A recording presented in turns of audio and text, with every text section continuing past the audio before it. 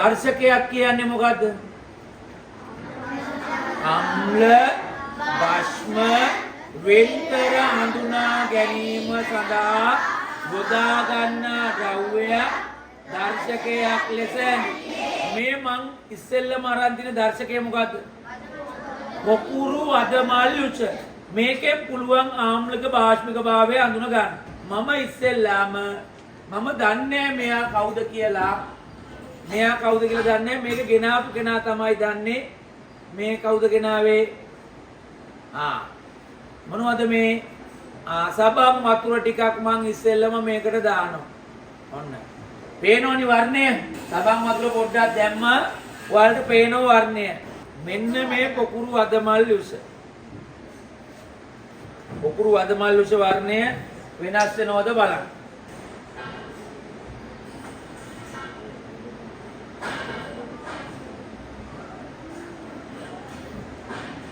වර්ණයේ වෙනස් වීමක් වුණාද? මේ සබන් වතුර මේ ඒක මොන වගේ පැත්තටද යන්නේ? රතු තැඹිලි කහ පැත්තටද? කොළ නිල් දම් පැත්තටද? එහෙනම් කොළ නිල් දම් පැත්තට එනවනම් එයා කවුද? භාෂ්මයක්. එහෙනම් මේ සබන් වතුර කියන්නේ මොනවද? භාෂ්මයක්. මෙන්න මේකේ මොනවද තියෙන්නේ? දේහියුෂ. දේහියුෂ කාලා තිනවනේ. මොන රායිද? ඇඹුල් රාහන්ද අපි දන්නවා යා අනිවාර්යයෙන්ම කවුද? ආම්ලයා. මම එකට දාන්න දන්නේ පොකුරු වදමල් යුෂමයි. මම මේන් දැම්මා.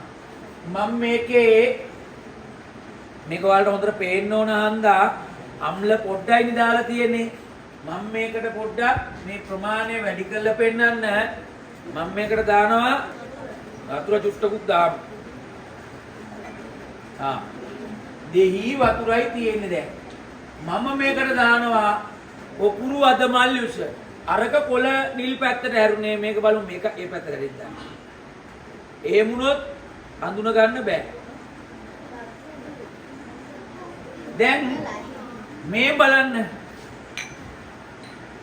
වෙනසක් තියනවද? එතකොට මේකාවේ භාෂ්මික පැත්තට එහෙනම් සබන් වතුර භාෂ්මය. මේක රතු පාට පැත්තට එහෙනම් මෙයා කවුද? එතකොට මෙයා කවුද? මේක අම්ලයක් නෑ. මේ පොකුරු වදමල් යුෂ.